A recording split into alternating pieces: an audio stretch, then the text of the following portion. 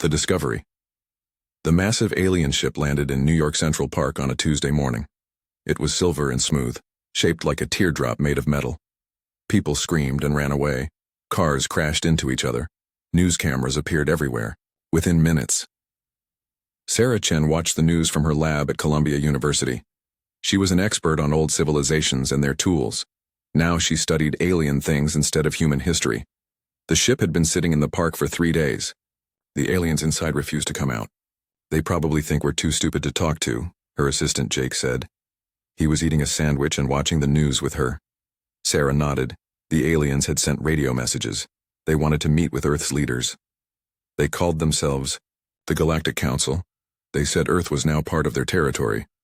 The meeting happened at the United Nations building. Sarah watched it on every screen in the city. The alien who came out of the ship was tall and thin. His skin was blue-gray.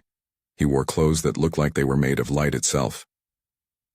"I am Ambassador Zethkar of the Hegemony," the alien said through a translator device. His voice sounded like metal scraping against metal. "Your planet will now follow our laws. We have watched you for some time. Your technology is very basic.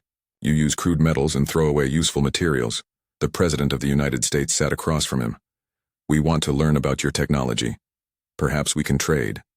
Zethkar made a sound that might have been laughing. "You have nothing. We want. Your ships cannot even leave your solar system properly. You burn fossil fuels. You make tools from iron and steel. Such primitive methods." Sarah felt angry watching this. Humans had built amazing things. Cities that touched the clouds. Machines that could think. Rockets that reached other planets.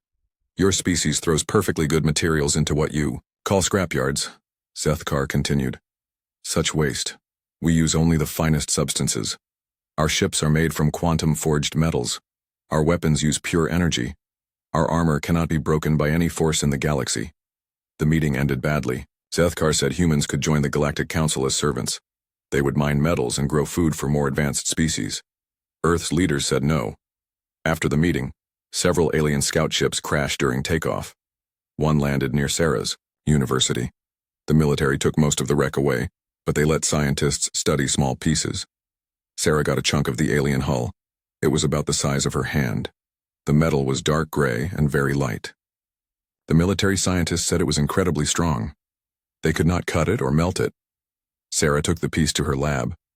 She had machines that could look at materials very closely. They could tell her what something was made of down to the smallest parts. The results made her sit down hard in her chair. "This can't be right," she said to Jake. She ran the test again, then again. The alien metal was steel. Not just any steel, but a type that Earth's factories had made for 20 years. It was the same stuff they used to build bridges and buildings. The only difference was how the pieces were put together. "Jake, come look at this," Sarah called. Jake came over and looked at her computer screen. "What am I looking at?" "This is the alien hull material. Look at the composition." Jake read the numbers. His sandwich fell out of his mouth. That's just steel. Really good steel, but still steel." "Not just steel," Sarah said. She pulled up another screen. "It's grade 7 titanium steel composite. We use this to build airplane engines. My dad worked in a factory that made this exact alloy." They stared at each other. Sarah's mind was racing. If the aliens thought steel was advanced technology, what else were they wrong about? She called her friend Marcus Webb. Marcus worked for a company that took apart old ships and planes. He knew more about metals than almost anyone. "Marcus, I need you to come to my lab right now," Sarah said. "What's wrong? You sound weird." "Just come, bring your metal testing kit." Marcus arrived in an hour. He was a big man with dirty hands and grease under his fingernails. He worked with scrap metal every day. Sarah showed him the alien material. "What do you think this is?" Marcus held it up to the light. He scratched it with a knife. He even smelled. This is titanium steel composite, grade 7, I'd say. Real good stuff, but nothing special. We throw tons of this away every year." "This came from an alien spaceship." Marcus laughed. "No way. This is Earth metal. Probably came from a jet engine or something." Sarah showed him all her test results. Marcus stopped laughing. His face went pale. "You're telling me that the aliens think this is advanced technology?" he asked. "That's exactly what I'm telling you." Marcus sat down. He was quiet for a long time. Then he started to smile. "Sarah, do you know what this means? That we're not as primitive as they think?" Better than that. Marcus stood up and started pacing around the lab. It means we've been throwing away the building blocks of spaceships. Every scrapyard in America has tons of this stuff. Every junkyard, every recycling center. Sarah felt excited and scared at the same time. We need to tell someone about this. Who? The government? The military? All of them. They spent the night making calls. Most people hung up on them. A few listened, but didn't believe them. Finally, Sarah called her uncle. He worked for the Department of Defense. "Uncle Robert, I need you to listen very carefully," Sarah said. 2 days later, a team of military scientists came to Sarah's lab. They brought their own equipment. They tested everything 3 times. The lead scientist was a woman named Dr. Patricia Hayes. She had gray hair and serious eyes. After she saw the results, she made a phone call. "Yes, sir. The reports are correct. The alien technology is based on materials we consider industrial waste." "No, sir, I'm not joking." "Yes, sir, I understand the implications." Dr. Hayes hung up and looked at Sarah. "Dr. Chen, you may have just changed the course of human history. What happens now? Now we find out what else these aliens don't know about human technology." That night, Sarah couldn't sleep. She kept thinking about all the scrapyards around. The world. Mountains of metal that humans threw away. Metal that could build spaceships. She thought about Zethkar's words. He said humans wasted materials. He was right, but not in the way he thought. Humans had been wasting materials that could make them the most powerful species in the galaxy. Sarah got up and looked out her window. She could see the alien ship in Central Park. Its silver hull gleamed in the moonlight. She wondered what the aliens would think if they knew the truth. Tomorrow, everything would change. But tonight, Sarah smiled thinking about all those scrapyards full of starship armor that the aliens thought was junk. The galaxy was about to learn something new about humanity. They didn't just survive by being tough. They survived by seeing value where others saw waste. And Earth's scrapyards held enough value to build an empire. The revelation. 3 weeks after Sarah's discovery, the aliens decided to show off their power. Ambassador Zethkar announced that the greatest warship in the galaxy would visit Earth. He called it the Void Render. It was supposed to make humans understand how weak they were. Captain Marcus Webb got the call at 5 in the morning. He had been promoted from scrap metal worker to military advisor overnight.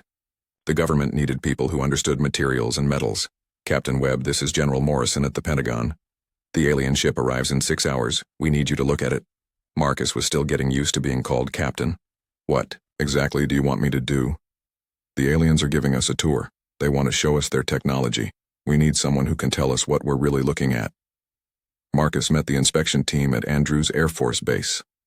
There were 15 people total, scientists, engineers, and military officers. Sarah Chen was there too. She looked nervous but excited. The Void Render was enormous. It was 10 times bigger than any ship humans had ever built. The hull was black and covered with strange patterns. Energy crackled along its surface in blue lines. "Impressive, is it not?" Zethkar said as they approached the ship. "This vessel could destroy your entire planet. Its armor cannot be penetrated. Its weapons can tear holes in space itself." The human team said nothing. They were too busy staring. Inside the ship, everything glowed with soft light. The walls seemed to be made of crystal. The floors felt warm under their feet. Alien crew members moved silently through corridors. "This is our main reactor," Zethkar said, leading them into a huge chamber. In the center was a ball of pure energy contained in a metal sphere. It produces more power than your entire electrical grid. The containment is made from the strongest substance known to science. Marcus stepped closer to look at the containment sphere. He had brought a small device that could scan metals without touching them. The reading made him blink hard. The sphere was made of copper. Not just any copper, but industrial-grade copper with traces of silver. It was the same metal used in Earth's power lines. Marcus looked at Sarah. She was scanning the walls with her own device. Her eyes were wide. "The armor plating," Zethkar said as they moved to another section. "Each plate takes a year to forge using quantum energy. Nothing in the galaxy can break through it." Marcus scanned the armor. His device showed aluminum titanium composite, the same stuff Boeing used to make airplane wings. The tour continued for 3 hours. Every material the aliens called impossible or advanced was something that Earth's industries made every day. The quantum-forged metal was titanium. The energy conduits were copper alloys. The structural beams were carbon steel. The only differences were in how the materials were shaped and put together. The aliens had learned to make these metals very pure. They had found ways to form them into complex shapes. But the basic substances were things humans threw away by the ton. After the tour, the human team met in a secure room back on Earth. Everyone talked at once. Did you see the power core housing? Standard industrial copper. The armor plating is airplane aluminum. Their quantum computer cores are made from refined silicon. General Morrison held up his hand for quiet. People, let's be systematic about this. Dr. Chen, what did you find? Sarah spread papers across the table. Every material they showed us exists in Earth's scrapyards. The hull plating from their fighters? That's the same steel we use for car frames. Their energy weapons use copper focusing systems. We have copper mines that produce more of that metal in a day than their entire fleet probably contains. What about their manufacturing methods? Asked Dr. Reynolds, a materials scientist. Marcus answered. They're good at making things pure and shaping them precisely. But we can do that too. We just haven't needed to for most applications. So we can build ships like theirs? Better, Marcus said. We can build them faster, cheaper, and stronger. The room fell silent. Everyone understood what this meant. General Morrison spoke first. Dr. Chen, Captain Webb, I need you to write a complete report. Everything you found. I'll take it to the president tonight. What about the aliens? Sarah asked. Do we tell them what we know? Not yet. First, we need to figure out exactly what we can do with this information.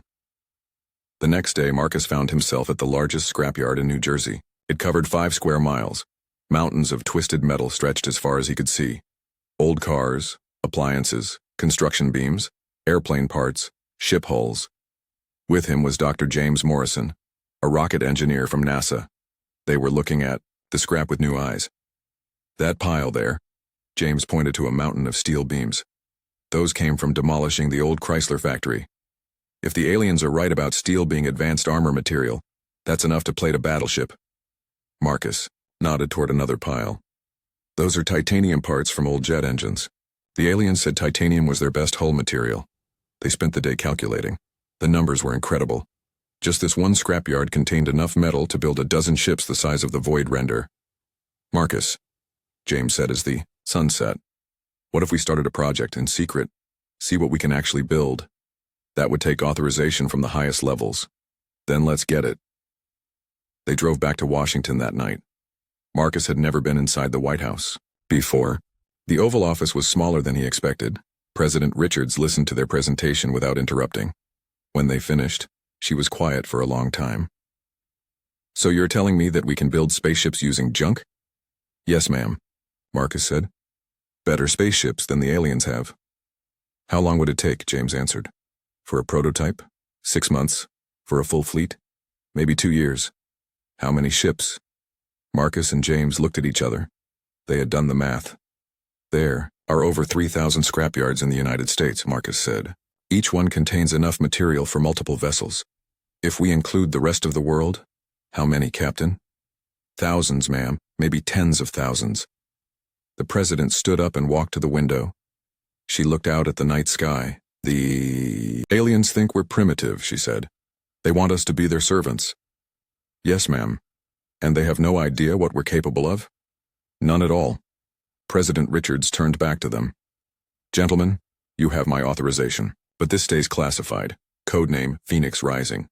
We're going to build a fleet from our scrap metal and we're going to surprise some aliens. As Marcus left the White House, he thought about all those scrapyards across the country. All that worthless metal just waiting to become something amazing. The aliens had made a mistake. They assumed that because humans threw something away, it had no value. They didn't understand that humans threw away amazing things because they could always make more. Soon, Earth's garbage would become the most powerful fleet in the galaxy, and the aliens who called humans primitive would learn what human ingenuity really meant. The greatest recycling project in history was about to begin. The transformation 6 months after Project Phoenix Rising began, the Chicago scrapyard looked like a different world. Where piles of twisted metal once sat, massive construction frameworks now reached toward the sky. The sound of hammers, welders, and heavy machinery filled the air 24 hours a day. Admiral Elena Vasquez walked through the construction zone wearing a hard hat and safety glasses. She had been put in charge of the entire project 3 months ago. Around her, workers transformed Earth's garbage into something the galaxy had never seen. "Admiral, you need to see this," called Dr. James Morrison. He was covered in grease and metal shavings, but he was smiling. Elena followed him to a building-sized structure that looked like the skeleton of a whale. It was the frame of humanity's first warship, built entirely from recycled materials. "The hull plating tests are complete," James said, handing her a tablet computer. "Our recycled steel armor is 30% stronger than the alien samples we tested." "How is that possible?" "Turns out the aliens make their metal too pure. Pure metal is actually weaker than metal with the right impurities.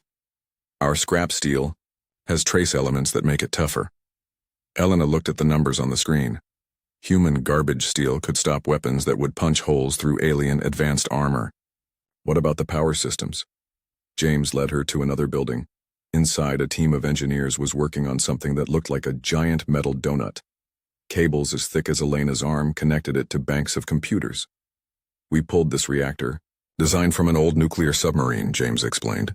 "The aliens use fusion reactors that produce about 50 megawatts. This old submarine reactor we modified produces 200 megawatts.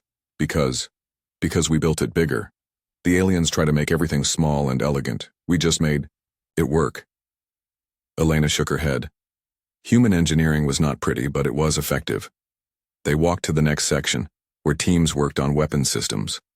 Sarah Chen was there, directing a group of technicians who were installing what looked like a massive copper coil. "Dr. Chen, how are the weapons coming along?" Sarah looked up from her work.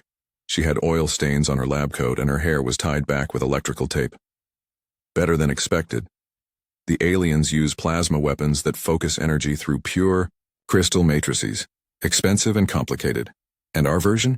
We use old radar dishes and copper wire from telephone poles. Same effect, 1/10 the cost, twice the power output." Elena watched as workers installed more scavenged components. Car alternators became power generators.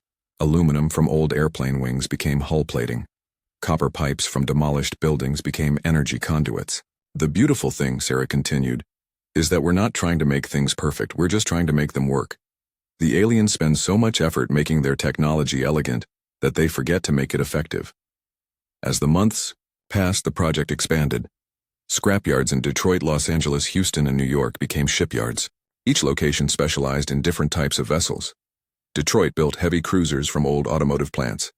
The steel that once made car frames now formed the hulls of warships. Los Angeles converted airplane graveyards into fighter construction facilities. Houston used oil refinery equipment to build massive dreadnoughts. Marcus Webb had been promoted to colonel and put in charge of the Detroit facility. He stood on a platform overlooking the construction floor, watching his team work. Below him, a ship took shape that would have been impossible for any other species to build. Its hull was made from steel girders that once supported skyscrapers. Its armor plating came from the hull of an old aircraft carrier that had been scheduled for scrapping. Its weapon systems used copper from 10,000 miles of telephone wire. "Colonel Webb, we have visitors," his assistant announced. Marcus looked toward the entrance. A group of men in expensive suits was walking through the facility, escorted by military personnel. "Who are they?" "Congressional Oversight Committee. They want to see what we're doing with their budget." Marcus sighed. Politicians always showed up when the work was almost done. The lead congressman was a man named Senator Phillips. He had gray hair and looked skeptical about everything. "Colonel Webb, I've read the reports about this project. Frankly, I find them hard to believe. You're telling me you can build spaceships from junk?" "Yes, sir. Would you like to see?" Marcus led the group to the main assembly area. The ship they were building was 300 feet long and looked like nothing Earth had ever produced. Its hull was angular and covered with sensor arrays made from repurposed satellite dishes. "This is the UES Defiance," Marcus explained. "Hull made from recycled steel, armor plating from old ships, weapon systems, built from communications equipment and industrial machinery." "It doesn't look like the alien ships," Senator Phillips said. "It's not supposed to. Alien ships are built for show. This is built for war." One of the other congressmen asked, "How do you know it will work?" "Because we tested every component. The hull can withstand pressures that would crush alien vessels. The power system produces more energy than anything in their fleet. The weapons can punch holes through their best armor. Senator Phillips still looked doubtful. How many of these ships are you building? Marcus smiled. As of today, we have 47 ships under construction across 12 facilities. When we're done, we'll have over 800 vessels. The politician stared at him. 800? Senator Phillips asked. That's just the first wave. We have enough scrap metal to build 10 times that many if needed. As the tour continued, Marcus showed them the innovations his teams had developed. Engines built from subway tunnel boring machines. Shields powered by generators from demolished power plants. Communication arrays made from old television broadcast equipment. The aliens think small, Marcus explained. They try to make everything compact and efficient. We think big. When we need more power, we build bigger reactors. When we need stronger armor, we use thicker plates. When we need better weapons, we build bigger guns. By the end of the tour, even Senator Phillips was convinced. Colonel, when will the first ships be ready? The Defiance launches next week for space trials. The first squadron will be combat ready in 2 months. That night, Marcus stood alone in the empty construction facility. Tomorrow, workers would begin assembling the next ship. The week after that, another one. By next year, Earth would have a fleet that could challenge anyone in the galaxy. The best part was that the aliens had no idea what was coming. Their scouts reported that humans were still primitively using chemical rockets and burning fossil fuels. They saw the construction activity but assumed it was just more wasteful industrial projects. They would learn the truth soon enough. Marcus looked up through the facility's skylight at the stars. Somewhere out there, alien civilizations thought humans were weak and primitive. They thought Earth's scrapyards were proof of human wastefulness. They were about to discover that human waste could become their worst nightmare. The transformation was almost complete. Earth's garbage was becoming a war fleet that would change the galaxy forever. The fleet awakens 18 months after Project Phoenix Rising began. Admiral Elena Vasquez stood on the bridge of the UES Resurrection. The flagship of Earth's new fleet had once been the Detroit Metro Scrapyard. Now it was a battleship that stretched over half a mile from bow to stern. All stations report ready, Admiral, announced Captain Torres, her second in command. Elena looked out through the bridge windows at a sight that still amazed her. 847 ships floated in formation around Earth. Cruisers built from old factory equipment, destroyers made from recycled automobiles, massive dreadnoughts constructed from demolished buildings and scrapped ocean liners. Each ship represented humanity's greatest strength, the ability to see potential where others saw waste. Communications, open a channel to all vessels, Elena ordered. Channel open, Admiral. This is Admiral Vasquez aboard the Resurrection. Today we test not just our ships but our resolve. For too long the galaxy has dismissed humanity as primitive. Today we show them what human engineering can accomplish. On screens throughout the fleet, the faces of 847 captains looked back at her. Many were former scrapyard workers, mechanics, and engineers. People who had spent their lives working with their hands making old things new again. Begin fleet maneuvers, Elena commanded.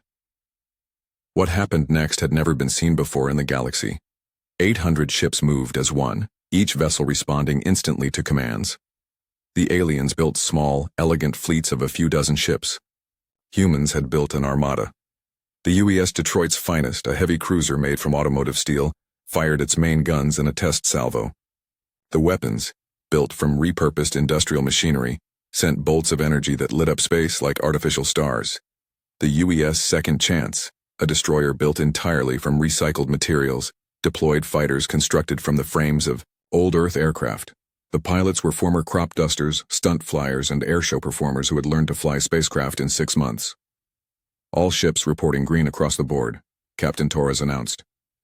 Engines, weapons, shields, all systems nominal, Elena smiled. The aliens thought their technology was advanced because it was pretty and elegant. Human technology worked because it was built by people who understood that function mattered more than form. Admiral, we're receiving a transmission from the alien embassy, the communications officer reported. Put it on screen. Ambassador Zethkar's face appeared on the main display.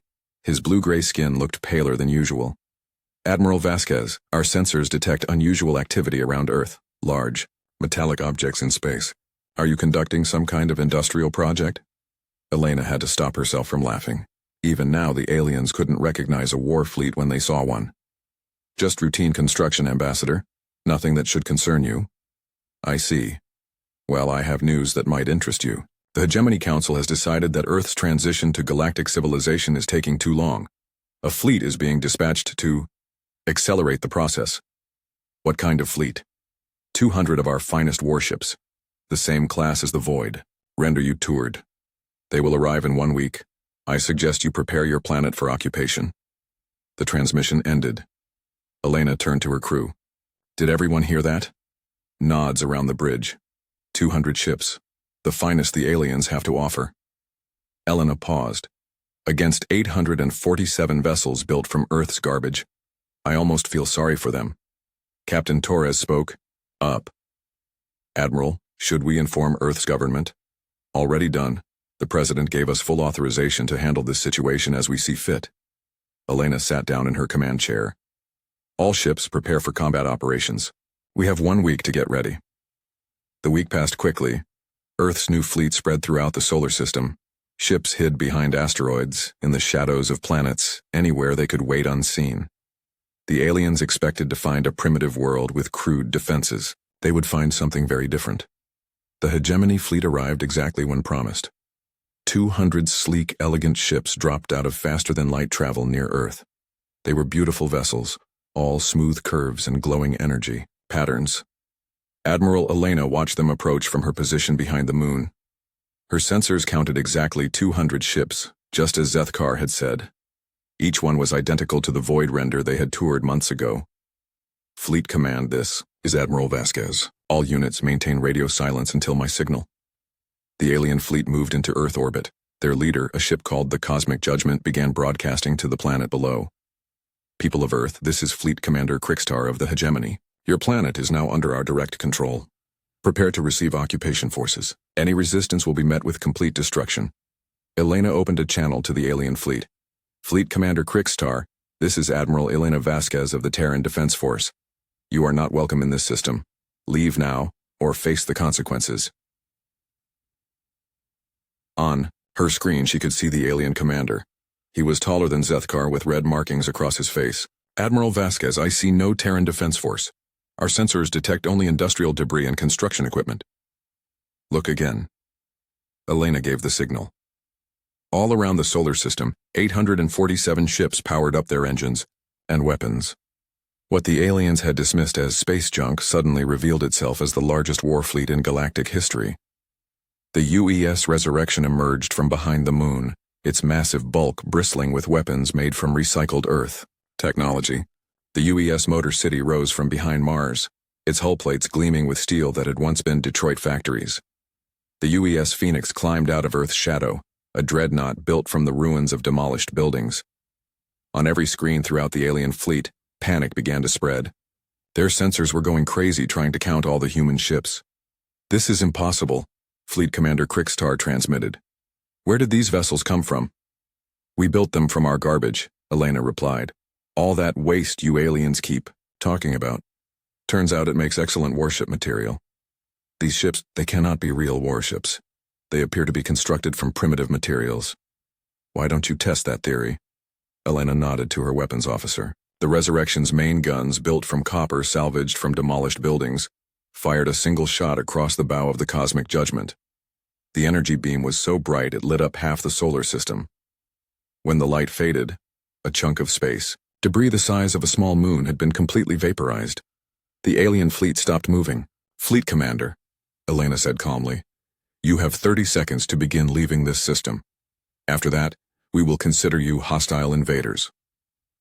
On the alien command ship's bridge, alarms were ringing. Fleet Commander Krikstar was staring at sensor, readings that made no sense. Sir, his tactical officer reported, their weapons output is off the scale. That single shot had more power than our entire fleet's main batteries combined. What about their ship hulls? Can our weapons penetrate them?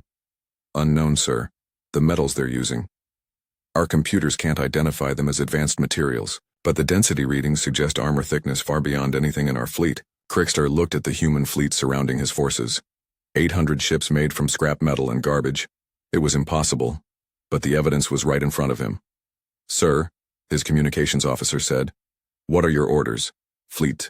Commander Krikstar had spent his entire career conquering primitive species. He had destroyed planets and enslaved entire civilizations. But he had never faced anything like this. "Signal the retreat," he said quietly. "Sir?" "Signal the retreat. All ships prepare for immediate departure." Elena watched as the elegant alien ships began to turn away from Earth. They moved in perfect formation, just like they had arrived. But now they were running. "Admiral," Captain Torres said, "should we pursue?" Elena thought about it. She could destroy the entire alien fleet before they reached the edge of the solar system, but that might start a war that would engulf the galaxy. Negative. Let them go. But send a message to their fleet commander. Channel open. Fleet Commander Krikstar, please inform the Galactic Council that Earth is not interested in joining their empire. We prefer our independence.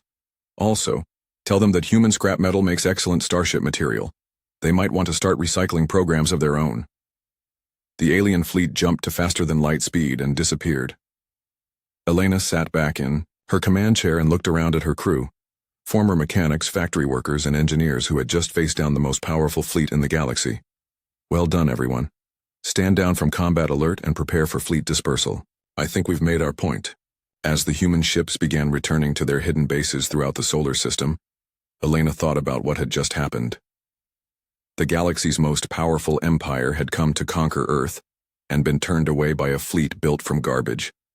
The aliens would return to their homeworlds with a story no one would believe. A primitive species had built a war fleet from scrap metal and industrial waste. A fleet that was larger and more powerful than anything the hegemony had ever seen. The Epoch galaxy was about to learn a lesson about humanity. Never underestimate a species that sees opportunity in what others throw away.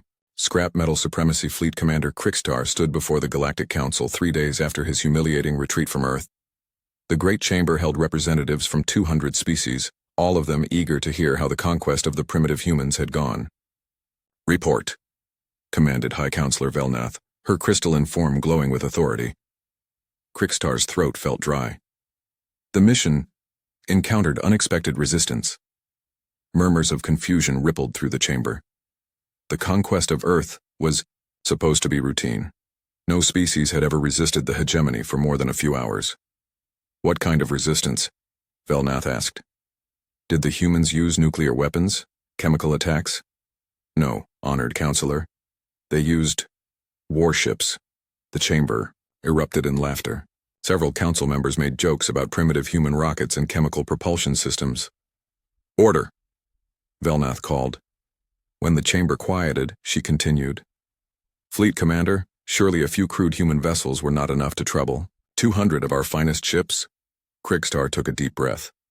"Honored Counselor, the humans had 847 warships." Silence fell over the chamber like a heavy blanket. "That is impossible," announced Counselor Thekmore of the Engineering Guild. "Humans lack the industrial capacity to build even one proper starship.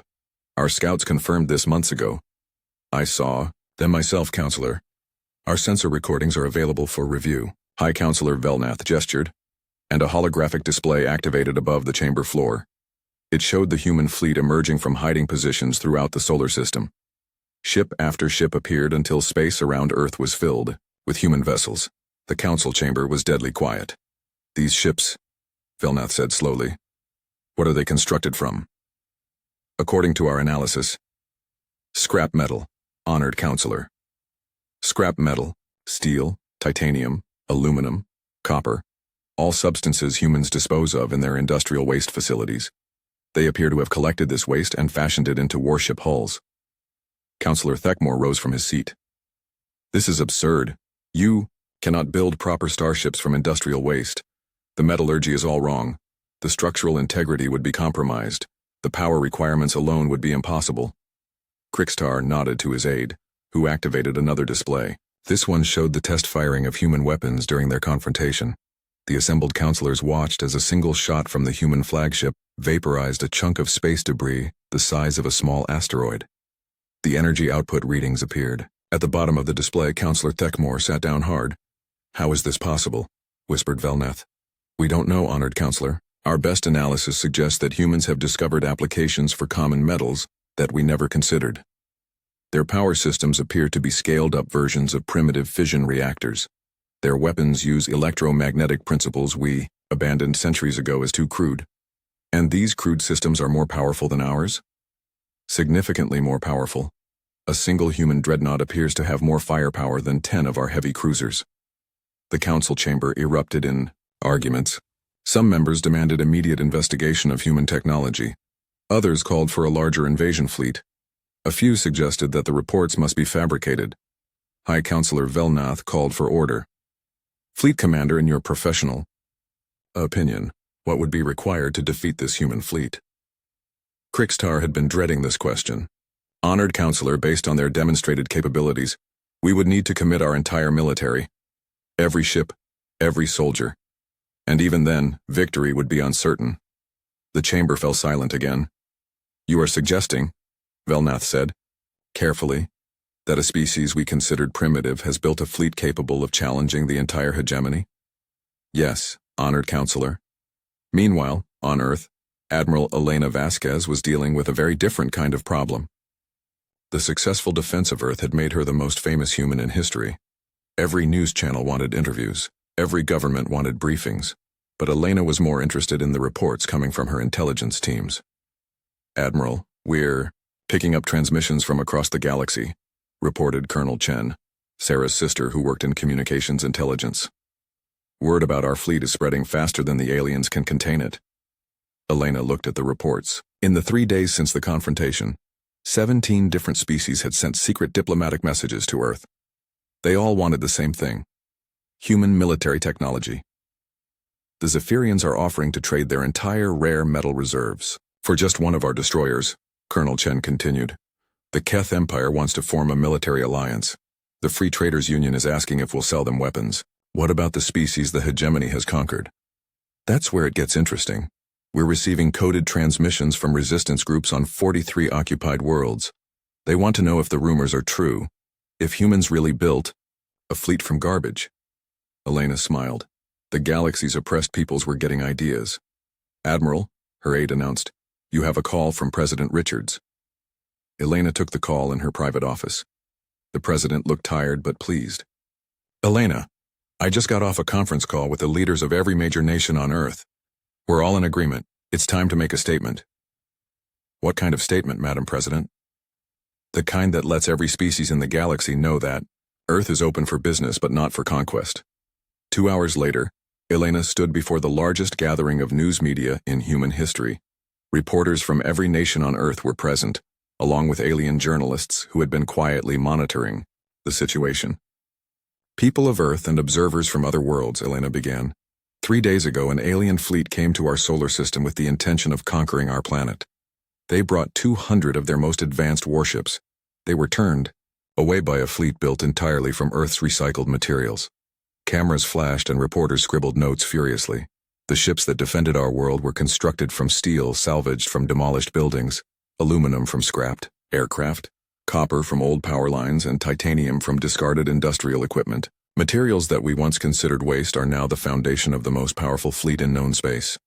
Elena paused and looked directly into the cameras. Earth's message to the galaxy is simple. We are not primitive. We are not weak. And we are not interested in being anyone's servants.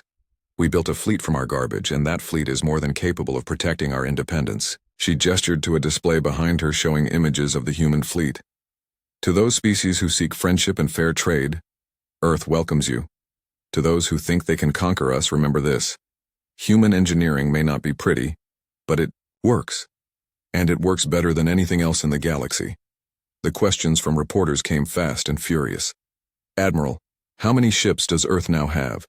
Over 800 vessels in our active fleet, with production capacity for thousands more. What's your message to other species considering resistance to the hegemony? Elena smiled.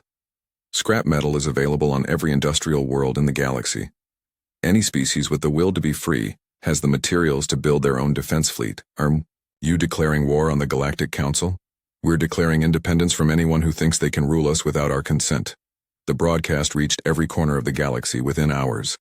On conquered worlds, resistance fighters gathered around hidden receivers and heard Elena's words. On hegemony worlds, citizens looked at their own scrapyards with new eyes. Within a week, the first reports of scrap ship construction began appearing on worlds throughout the galaxy. Species that had been conquered decades ago were suddenly building crude but effective warships from their industrial waste. The Galactic Council called emergency sessions as reports flooded in of rebellion after rebellion. Their elegant fleets were being challenged by ugly, powerful ships built from garbage. Admiral Elena Vasquez sat in her command chair aboard the Resurrection, reading the reports with satisfaction. Earth had done more than defend itself. It had shown the galaxy that power didn't come from advanced technology or elegant design. It came from the willingness to see potential where others saw waste. "Admiral," Captain Torres announced, "we're receiving a transmission from the Hegemony Fleet. They're requesting permission to enter our solar system for negotiations. Do they still have their weapons powered?" "No, ma'am. They're showing every sign of peaceful intent." Elena thought about it. The aliens were learning that humans were not the primitive species they had thought. Maybe it was time to teach them a few more lessons. Grant them permission to approach Earth, but inform them that they'll be escorted by a full squadron of our vessels. We wouldn't want them to get lost. As Elena watched the alien diplomatic ship approach Earth, surrounded by human vessels built from scrap metal and powered by the determination to remain free, she reflected on how much had changed. The galaxy had tried to judge humanity by their standards. They had seen Earth's scrapyards and assumed humans were wasteful and primitive. They had never considered that a species might be so resourceful that they could build an empire from the things others threw away. Now the galaxy knew the truth. Human garbage was more valuable than alien treasure.